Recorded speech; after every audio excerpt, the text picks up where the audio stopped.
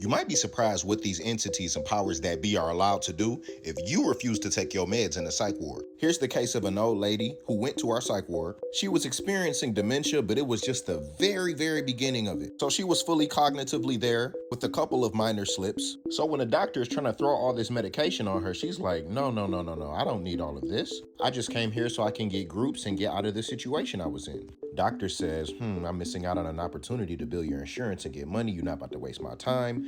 I'm about to tell you, yes, you must take these medications. And she could rightfully refuse to take medications, which she did. But as a result, the doctor said, I'm gonna take you to court, which the doctor is legally allowed to do if he thinks that you should be on medication for any reason while in the psych ward and you're refusing to take your meds. Psych ward stays are usually 3 to 7 days, but if they decide to set a court date for you, you're there until your court date is. So if it's a month from there, if it's 2 weeks from there, 2 days, you have to stay that extra amount of time. So that was already an inconvenience for her. Me as a technician, I escorted her to court. I was accompanying her as the shuttle took us to court for her hearing. Here's the traumatizing part. This old white lady grew up in good old America, what she would consider good old America for herself, right?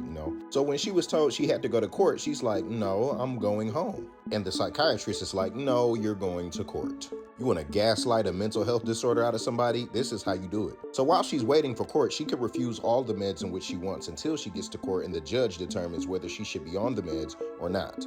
As I escort her to court and we're walking into the building, the police receive us at the entrance. We have to walk through the metal detectors. Meanwhile, their protocol and for their safety, they handcuff all patients when they go to the courtroom. And not all facilities are like this, especially if you can read the room, realize, this is an old and feeble lady, but they cuff her. And as you can imagine, she's sitting there like, oh my, baffled, afraid, and appalled. It wasn't her time to see the judge yet. She had like a half hour. You would think maybe they'll put patients in the waiting room. Nope. This how they treat psych patients that go to psych court at this facility. Can't speak for all facilities, and I've been in facilities where they've treated them far better, but I do got to tell the truth.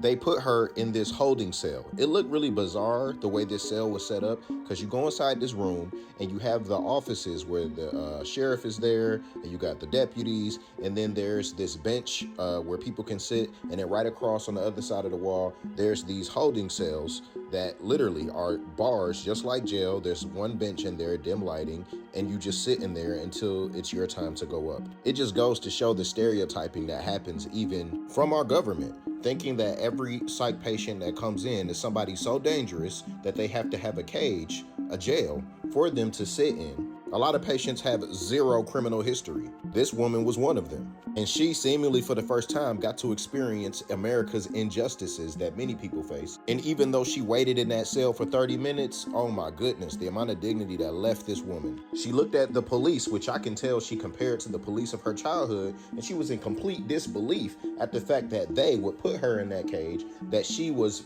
coming before a judge to potentially be put on medication that she feels she doesn't need, and she lacks all the power to oppose. Well, it's finally her time to see the judge. They unlock the jail, they recuff her and walk her up. I'm standing next to her as she goes before the judge, and it's crazy how psych court goes. I have to probably do some videos separately for y'all to be educated on how grueling this process could be. But basically, they bring in witnesses from the hospital, the psychologist, psychiatrist, social worker. They bring up all the notes, even the notes from technicians from group, to see how has this patient been acting? Have they been on meds? Are there any actions or inactions during their psychiatric visit that could justify them needing to be put on medication? And it's the prosecuting attorney or whatever that person's role is, job to convince the judge that this person, this patient, needs a high amount of treatment, including medication. Typically what they go for is they say, the standard, we need the standard, judge. We need up to 30 days inpatient, or even up to maybe 60 or 90 days inpatient sometimes, and then 30 days outpatient. Inpatient where you're in the facility, you can't get out. Outpatient where you're coming to get your meds, get therapy, etc. on your own terms according to times that you set up. She trembled before that judge, and the judge ended up assigning her to be mandated to take medications, and the judge explained to her in layman's terms, hey, look, if you don't take these medications, then you're going to leave the staff no choice but to hold you down and administer these medications via injection. I could tell that she wanted to plead her own case and shared the fact that she doesn't need any medications and that she feels like her rights are being stepped all over. but she couldn't find the strength within her to do that. And so when the judge is asking me about my experience with her, I was just honest. I'm letting them know, hey, she's at groups, she's fully lucid, she's able to have conversations, she's seen in recreational therapy, making pictures, crafts, etc.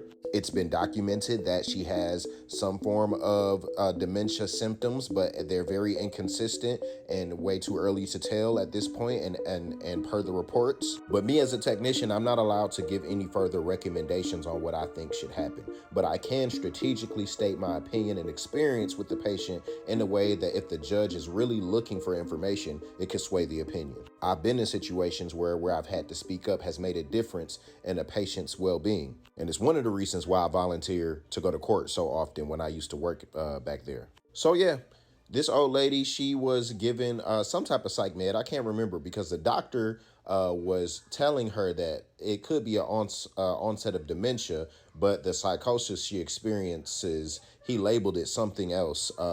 It might have had her on the schizophrenic spectrum, but I don't want to mislabel. I can't remember. And so therefore, she was brought back to our facility, had to do up to an additional 30 days and take the medication that the doctor was trying to prescribe her in the first place. And this is exactly how Big Pharma creates slaves out of citizens. It has a way of finding people that are the most marginalized, whether they're old, whether they're mentally handicapped, whether they're disabled, whether they don't have a family or community around them to vouch for them. And as a result, the doctor gets to build the insurance company and make a killing. And then all of Big Pharma and the people that make the meds get to add another patient to their medication premium subscription. It's super, super, super important to know your rights when you're going into a psych ward. 9 times out of 10, if you're going in willingly, you'll come out fine. But you must be a capitalist. You got to go in and extract what it is that you're looking for, and don't let it be the other way around.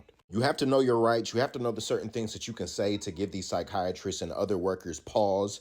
It's like when I get pulled over by the police and I just got to know my rights, know what things I can say, do, not do, what all they're allowed to say and do and not do, and to be sure I document just in case this needs to be referenced later. Because when you have all those things lined up, it makes people less likely to try to F with you.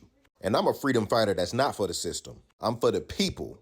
There are great resources in these institutions, y'all. But like a thirsty person that's lost in the desert, if they come across that water and they don't inspect it, they'll mess around and drink more than just water when they take a sip. Hey, if you made it this far, let me know by saying I made it in the comment section. Make sure you follow for more stories. And also, I'll be giving y'all the Underground Railroad on how to navigate these systems from my 7 years of experience working in psych. Drop a follow. I go live every week. And if you have any questions or stories that you would like to submit, you can send it to jayspsychwardstories@gmail.com. Let me know what you think about this video, and I'll see you on the next story.